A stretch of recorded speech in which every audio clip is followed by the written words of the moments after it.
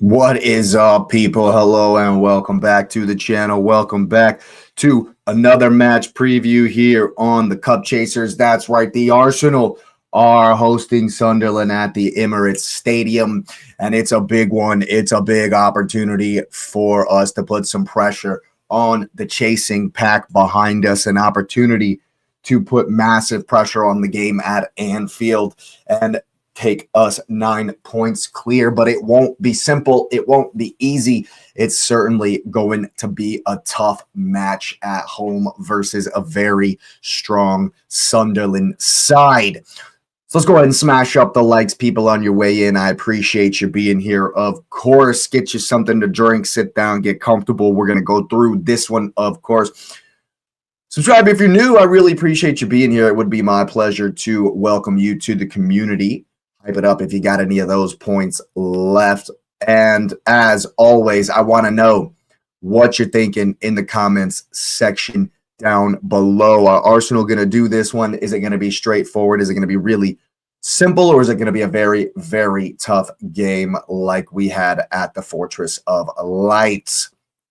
But this time, people, this time it is the Fortress of the Emirates Stadium. And I am absolutely pumped for this one. It's going to be a great, great day in the league.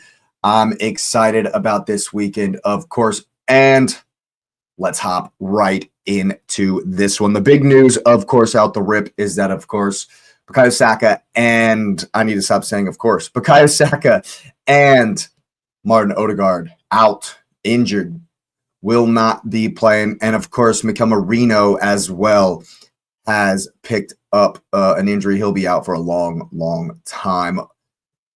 With that broken foot, I believe, is what he's got. And so we will be without those three. You would expect for Madueke and maybe Eze to slot in as he did in the last game. It'll be very interesting to see what Mikel Arteta does. But before we hop into all that, this is the third time that we've had a chance to go 9 points clear or 8 points clear, to really stamp our authority on the league, on the title race. Things are obviously rosy at the moment. We've made it into the Carabao Cup final. People are playing well. Things are looking good. We have a striker issue, as in Jesus is scoring, Havertz is playing well, Gyökeres is scoring as well. So we have that's a good problem to have. That's a very good problem to have, because it's a headache up top for Mikel Arteta in the midfield. Now, if we analyze the way Sunderland play in that 3-5-2, they are very, very strong in the middle of the park, with the likes of Enzo Lafay in there. He's a very good player, one to watch out for, of course. Siddiqui will probably be in there instead of Granit Xhaka since he's out, and he's an absolute battler, an absolute brawler in the middle of the park. And so, as we know, Arsenal like to make the goalkeeper hit it long and try to win the second balls when we're in the press. And so that battle will be very, very important in the middle of the park.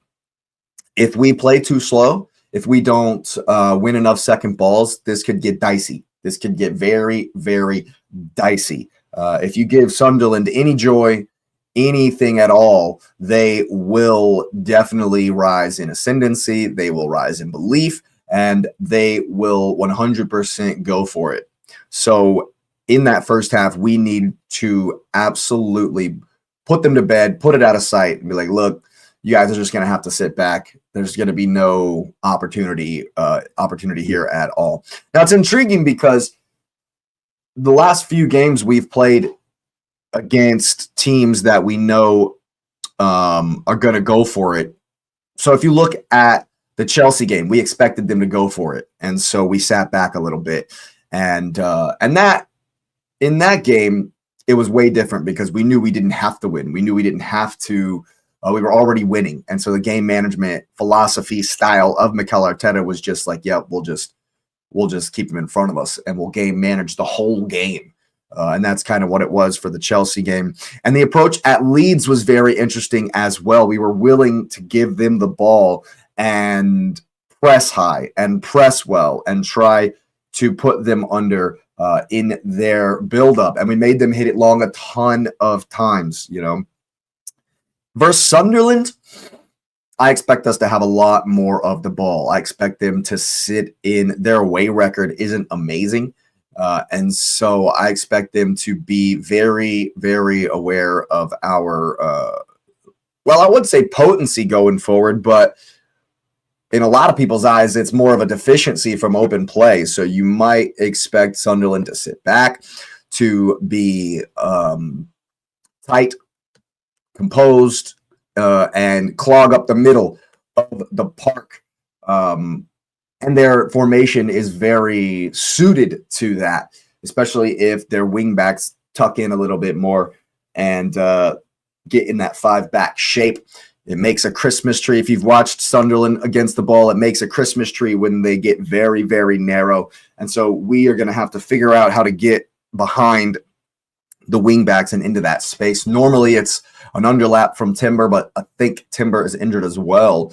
So it'll probably be Benny Blanco, who that's no problem at all. And it's normally, you know, the combination of normally Odegaard, Xhaka, Benny Blanco, but we're probably going to see Eze and Madueke out there if it's not Havertz in the 10. And if it's Havertz in the 10, it'll be a whole different story, because if it is, I expect to do what we did at Leeds and not what we normally do as in the way Arteta designs the press.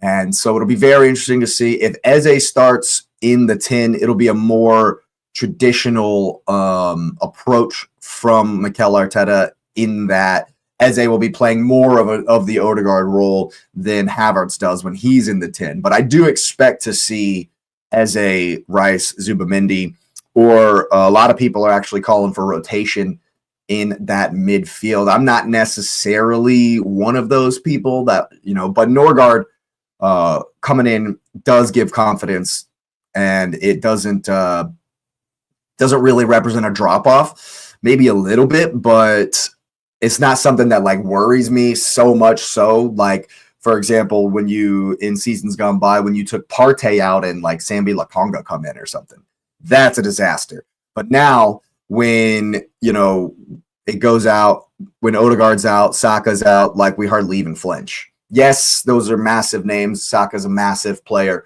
but it's not necessarily a huge idea. Yeah, what's up, Prague? Thanks for being here, buddy. Goretzka, man, I would absolutely love Goretzka. He's obviously going to be a hot property in the summer, and I expect that Bayern are probably doing their best to get his signature as well. And yeah, that's right on topic, Prague, because if Goretzka is the one coming in instead of Zubimendi or Rice, then we'll be just fine. We'll be just fine. But that, of course, is talks for next season, talks for the summer. I would absolutely love Leon Goretzka to come to Arsenal. But as far as Sunderland is concerned, a lot of people calling for Norgard to get the start, to give Zubi or Declan, who are both, like, you can tell, man, they're both so tired. Granit Xhaka, Prague, is injured. He's been injured for a while. And he will not be playing in this one. I expect Siddiqui to be his replacement. And Siddiqui's a very strong battler in the midfield. So maybe not as good of a passer as Granit Xhaka is. And so I expect a little bit more of sitting in, defending deep, keeping the spaces very small, the pockets very small, and there'll be no space in the middle of the park, like right at the top of the box. And so we'll have to figure out how to pick the lock if we're going to try to go down the middle of the park like Eze likes to do, or it's going to be around the outsides. And if we don't find joy early either way, this one could get dicey. What I'm expecting is Sunderland just to sit in, and it's probably going to be long ball city when they do have the ball, because Brian Brobbey up top, that's the man to look out for. absolutely is the man to look out for. He's going to battle with Gabriel and Saliba. He's not worried. He's not worried that they're the best center back pairing in the league this season. He's not worried about the hype. Brobbey is going to elbow people. He's going to battle. He's going to hustle. It's like Gyökeres on the other side. That's the kind of player he is. He's definitely going to try to bully Gabriel and Saliba. He's going to relish that fight and that battle, and we are going to have to win it.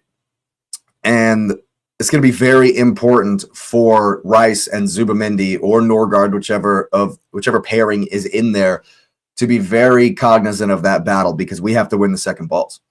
We have to win the second balls. Come on, Prague. I don't agree with this at all. I'm very confident. I'm actually very, very confident that just because obviously we have the tools, we have the keys to win this game. And also, Sunderland's record away from home is poor. They're very, very, very different animal away from home. For instance, they absolutely blanked Burnley 3-0 at home. But earlier this season, they lost to Burnley away from home. They are the only team still unbeaten in at home in the league, but they have some poor results on the road. And I think it's because, for me, they're far more expansive at home. They're far more brave at home.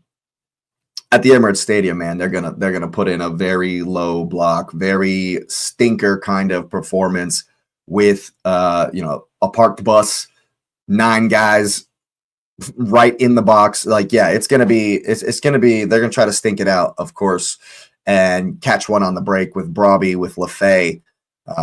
And so we're going to have to 100% pay attention to winning the long balls, winning the first ball off from the goalkeeper, Darlow, and then we're going to have to win that second ball in the midfield. No, man, no way. Sunderland are here to stay. Sunderland are here to stay. They might struggle next season and be like a mid-table kind of team, but I definitely think Yeah. It's at the Emirates. It's at the Emirates. We already played them at the Fortress of Light. Remember? We already played them at the Fortress of Light. Yeah, man. They're strong at home, and we didn't win. Remember, it was a 2-2 when I think it was Brian Brobbey that got the equalizer late on, and Gabriel grabbed his shirt and went. You remember that one? He was on my thumbnail that day. Because of him screaming like that. And so, yeah, this game is going to be completely different than that one.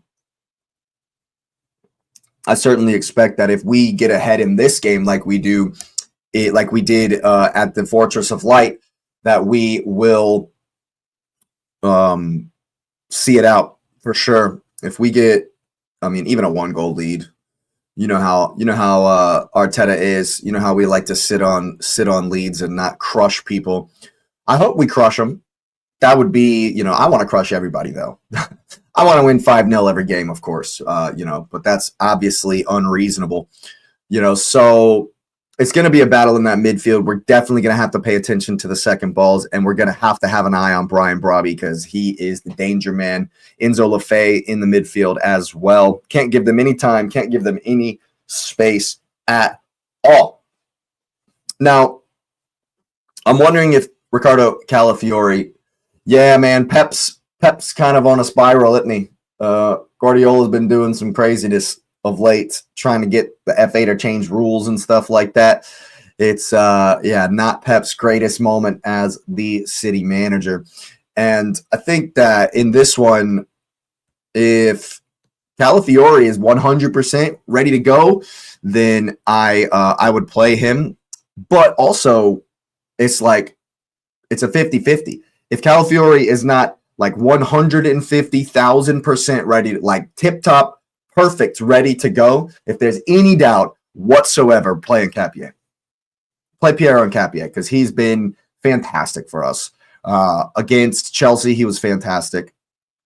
I thought, kind of went under the radar. Kind of no one really, I saw some shout outs on X and Instagram, of course, from some of the Arsenal faithful. But as far as the mainstream media, he didn't really get much recognition, and he was fantastic in that game for me. So if he does start versus Sunderland, no problem. No problem with that at all. But I do want to see Calafiori come back into the side and get some minutes in the legs for the run-in. Of course, I think he is the slightly better option, but it's we're blessed, very, very blessed to have that kind of depth this season. And so it won't bother me at all. Whoever's there, it's fine by me, So, and of course, it's Big Gab and William Saliba in the middle. And it's going to be Benny Blanco, is what I'm hearing, with the way that the injuries have worked out. Yeah, Prague, absolutely. I'm a fan. I'm definitely a fan of Hincapié. I think that he has been a fantastic signing for us. And like I said, I wouldn't mind him starting at all in this one. So it should be interesting. It'll be interesting to see that, of course. And on the right-hand side is probably going to be Benny Blanco, given the news about Jury and Timber. And so that should be fine, of course. And in the midfield, I mean, maybe Norgard comes in for some rotation. We do have an interesting run of games here where Wolves are in there and Wigan in the FA Cup. So there's some opportunity, to maybe get some rest in different players, get some, some different minutes for guys who maybe haven't been, maybe a little bit of rotation, because we have to, obviously, games are coming thick and fast. There's that post about the fact that Tottenham play this weekend versus United and then don't play again until they play us. And from this Sunderland game until that game, we play 5 times. So there is that. And so the rotation, Mikel Arteta's definitely got a huge, huge job on his hands as far as the rotation is concerned, as far as making sure everyone's fit, everyone's healthy for the, this next run of games. And obviously for the North London derby at 3 Point Lane. We obviously want to have our strongest team there. I agree, Prague. I agree 100%. Norgard might get into this one, and that wouldn't bother me. That wouldn't bother me at all. I think Christian Norgard's a fantastic player. I think he's fantastic backup for Zubamendi and Rice, and I think both of them deserve a rest. I know he's not gonna. Arteta is not gonna rest both of them at the same time, but Norgard. Fantastic cover for us in there. Like I said, we're so blessed with the depth this season. Last season, Saka and Odegaard out, we'd be panicking, freaking out, absolutely freaking out, meltdown status. But this season, obviously, we've Andrea Berta has changed all of our lives and made that less and less and less of an issue for us. And so I'm very, very happy to be able to say that. And I expect Prague. Yeah, I would not be surprised at all if Norgard comes into this one. And I still expect Gyökeres to start, though. I expect versus the low block of Sunderland that Martinelli was shattered after the Chelsea game, so it'll probably be Trossard. But we've seen Mikel Arteta play Martinelli against wingbacks. Against the 3-5-2 system, Martinelli has started like a lot, which has surprised me, because when you're expecting low blocks, you don't expect Martinelli to be the guy. You expect Trossard against low blocks, but I'll be very interested to see, because also conversely against the 3-5-2, he's been playing Martinelli. So we'll see. I do expect Trossard to start, though, since Martinelli. There were even posts about the fact that Martinelli and Eze were so gassed, looking at each other, hands on knees after that game. So we might not see either of them from the start. It might be Havertz in the 10, Trossard on the left, Madueke on the right, Gyökeres up top. And again, that won't be a problem. I won't have an issue with that as well, as long as the press is unaffected and works the same way it does. So I won't have any problems with that either. And Yeah, I think we should do. I think we should. I think we really should do well in this game. The matchup fits us, suits us well. Even with the rotation, even with the guys out, I think that we will dominate the ball. We'll certainly dominate possession. Yeah, I agree with this. I agree with this 100%, Prague. I expect us to dominate the ball. Expect us to dominate possession. It's going to be about how much risk we take in possession. I was watching the Coppa Italia yesterday. Did the watch along for the Atalanta versus Juventus game. There was so much vertical passing in that game. Like it was so much straight through the middle of the park, right up to the forward. Like I was shocked at how much you just don't see that in England as much as I saw it in that game. And there was a massive hole in the middle of Atalanta's like in between their midfielders and their defenders. And Juventus just one vertical ball, bam, bam, bam, right through it all day long. And if we can have those passes in quick build-up, it has to be really, really quick. Because if we let Sunderland get set, if we let any team get set, we struggle in open play, right? But when we win those second balls high up and play that vertical pass, like 1-2 touch, like really, really fast, we're devastating. We devastate teams.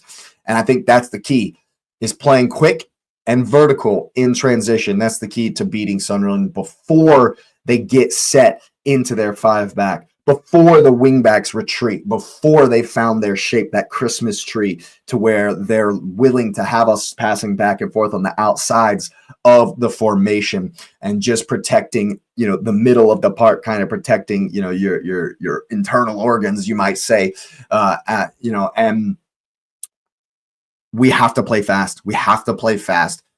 And if we come out like a house on fire and get 1-2 up in the first half, it's done and dusted. This is done and dusted. We'll just game manage it out. We'll be able to have Arteta bringing in all 5 subs, very comfortable.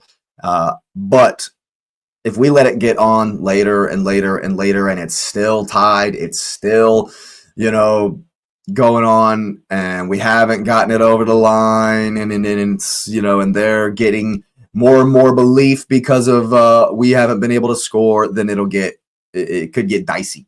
Could definitely get dicey. So I think we need an early goal, we need early pressure, and we have to play quickly before they get set in their defensive shape. I think that is going to be very, very key.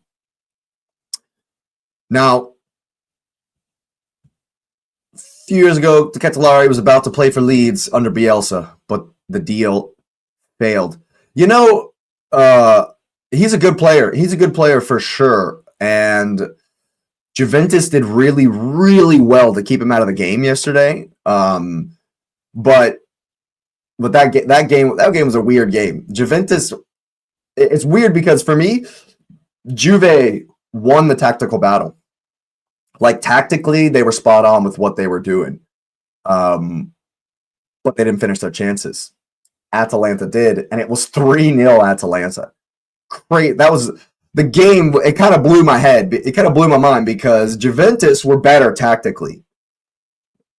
And they had their opportunities. They just couldn't put it away. And Atalanta had like 4 opportunities and they scored 3. So, one of them was a penalty and one of them was a cheap pin. Yeah, but still, you got to take your chances. And that's 100% what Arsenal have to do versus Sunderland. When we get those opportunities, we're going to have to put them away early, and then we can be comfortable and we'll put our feet up, be able to watch City versus Liverpool. Yeah, that's the thing. Sometimes you can be better in the middle of the park and still lose because you're shit in front of goal. And that's what happened to Juventus yesterday. And that cannot happen to us. We have to be ruthless. We have to be clinical all the way through to the end of the season. And this one is so massive, so massive as far as mentality is concerned. Riding high, of course, after going through to the final, headed to Wembley. We cannot deflate. We can't let that bubble get punctured right here immediately. Because if you look at our next 5 games, it's far more favorable compared to Villa, compared to City. And so we can really stamp our authority on this league. And we have had this opportunity when we came up against Liverpool and when we came up against Forest. But the difference in those opportunities and this opportunity is that we play first. Both times, City put the pressure on us because they won their game. They got their points or drop points, whatever, and then we had an opportunity. But now, in this season so far, when we've put pressure on them, when we've played first and put pressure on them, that's when we've gained points on them. We've dropped points on them when they play first. So I'm very grateful that Arsenal Sunderland is Saturday and City are at Anfield on the last game of the weekend on Sunday. And so we absolutely unequivocally have to put the pressure on. And by the time that game comes around, we will all know the United result, the Chelsea result, every other result. And so there'll be a lot of pressure on Liverpool as well to maintain the pace in the top 4 race. And so ton of pressure on both sides. And they qualified for Champions League because they won the Europa League. That's the only reason. It's the only reason they're in Champions League is because they won Europa League, man. Spurs are awful. But they're also very Spursy, so we'll see. I'm very interested in the United game. They don't make any sense. Make sure you got your notification bell on because we're doing the watch along in the morning. I'll be here bright and early for the Spurs Man United hate along. It's like a double hate along. It's like it doesn't really matter, but I hate both the teams. So we're going to do a double hatred for the Man U Spurs game. It should be fun. Of course, we'll be here at bright and early in the morning for that. So make sure you got the notification bell on and you're locked in like we will be. But yeah, it'll be huge to put the pressure 9 points ahead if we beat Sunderland. And that's very, very key to keeping the momentum going, to keeping our run going and putting, hopefully we can be 9 points clear at the end of the weekend with a Liverpool victory. Of course, that is what I will be cheering for. I'll be locked in on that game as well. Very, very interested. But we have to handle business first. So many times in the past few years, past few seasons, we've been locked into what other teams are doing. We've been praying that other teams can do something for us, can take points off of this team and help us out this week because we didn't do our job. That's the difference this year. If we just focus on us, because that's all we have to do. We don't need to worry about anyone else. Handle our business, and the league's ours. Just handle business. Don't worry about anybody else. It's freeing. It's relief. It's relief that we've been top of the table since week 7, looking down on everyone else. I'm loving all the ops arguing with each other, people getting upset that, oh no, Arsenal's about to win. Oh no, the sky is falling. I'm loving it. I'm absolutely drinking in all of the rivals shitting themselves because we're about to win something. Finally, and I would say to the rest of the Arsenal fans, enjoy it as well. You got to enjoy it, man. This has been so much fun this season. It's been good. It's been stressful at times, of course, because I'm a very emotional kind of guy. And as you can see in my match reactions, but it has also been very fun, and we got to make sure we enjoy it and enjoy the ride. Not just the 3 hours after we win the title and then move on. No, we got to enjoy the whole season. And so this game is massive for us, and if we can go 9 points clear at the top of the table with only 13 games to go, I think it'll go a long way for us putting the Butler's title, the tag away if we can, go ahead and get up on them, have a huge lead. I don't think we will give it away. Really all I really need at the end of the day is for us to be ahead at least by 4 points when we go to the Etihad. I had a crazy daydream last night that we were 13 points ahead when we went to the Etihad, and then we beat them and we won it. But that's dizzy. That's some dizzy daydreams. That's some really, really dizzy daydreams. Of course, there's a lot of football to play before we get there. And I'm very, very excited about this weekend. Should be fun, of course, to see this one. A lot of pressure on it, though. And we got to rise to the occasion. That's part of being champions elect. That's part of trying to make it at the top, being the best. You got to handle this pressure. You got to handle it. Sanjeev says all prognostic give Arsenal loss tomorrow at the Emirates. Not sure what you're meaning by that, but yeah, hoping for an Arsenal downfall. Of course, the rest of the league, everybody's preying on our downfall, and that's what I'm talking about. The pressure, that's part of trying to win the league, and that is the part that we have yet to get across. That's the hurdle we haven't gotten over yet. Past few seasons, we've had the issues. We've fixed all of those now. We kind of have our philosophy set. You can see the way we play is the same every game. Pretty much, the idea is the same every game, trying to make the goalkeeper hit it long in the press, etc., that kind of stuff. And so now it's just dealing with this. It's right here for the rest of the season. We got to be locked in. And we have to figure out how, this is the last hurdle to jump for Arteta, right? Figure out how to take in the pressure and then put it on everybody else. And then just say, yep, we did our job. That's what we got to do at Sunderland. We'll do our job at home versus Sunderland. We'll do our job, and then everybody else has all of the pressure. And that should mean make for a good weekend once again in the Premier League. Certainly one I'm very, very excited about. So I appreciate everybody being here. Of course, go ahead and smash up the like button for an Arsenal victory tomorrow, or for an Arsenal loss. If that's what you're hoping for, the like button doesn't care. Hype it up if you got any of those left. And as I said, I appreciate you being here. If you're new, go ahead and subscribe. Yeah, man. Prague, just bring me the Premier League, bro. Just bring me the Premier League, man.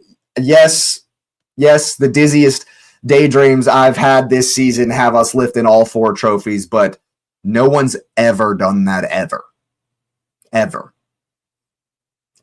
in England, at least. So can I just get the Premier League first? Yeah, man. Anything's possible. I could win the lottery tomorrow and be a billionaire. Anything's possible. But just give me the league. Give me the league, and then we'll focus on what can come from being champions. You know what I mean? And yeah, of course, if we win the quad, I'm going to be freaking out. Obviously, it'll be the craziest thing ever, and I'll be so pumped. But I'm not going to sit here and come on air and give it the big one, as you guys say in England, about we're going to win all 4 trophies. We're going to do it. Nah, man. Nah. You want to talk about pressure? We're not trying to put the pressure. We're not trying to put that pressure on the guys. Hey, you have to win every single tournament, every single trophy available. You have to win it. Nah, man. Just bring me the Premier League. Just bring me the Premier League. That's all I need. Even if we lose the Carabao Cup final to City, but win the league, I'm totally fine with that. Obviously, I want to win the Carabao Cup. I want to lift that first trophy, and I think that'll go a long way to helping us win the league. But like I say, man, it's been 20-something odd years now. Just give me the Premier League. And that's why this game versus Sunderland is so, so important. Every single game in the league for the rest of the season for me is a cup final. And so I know Arteta is hyper focused on every single game, and so he'll have something for Sunderland at home, of course, and I'm looking forward to it. And I hope you are as well. Thanks for being here, of course, people. Subscribe to the channel if you are new. It would certainly be an honor and a pleasure to welcome you to the community. And, of course, get that notification bell on so you're locked in every single time we go live. There will be plenty of content coming down the pipe this weekend. And, of course, I do want to mention today at 5 p.m. So a few hours from now, I will be on the Fire Them Cannons podcast with Anton and Cal for the Arsenal Alliance. Make sure you're liking and subscribing over there. Go check them out right now. Fire Them Cannons podcast for all your Arsenal content. Make sure you're subscribed and locked in over there. I will be live with them in a few hours' time, 5 p.m. here for me on the Eastern Seaboard of America.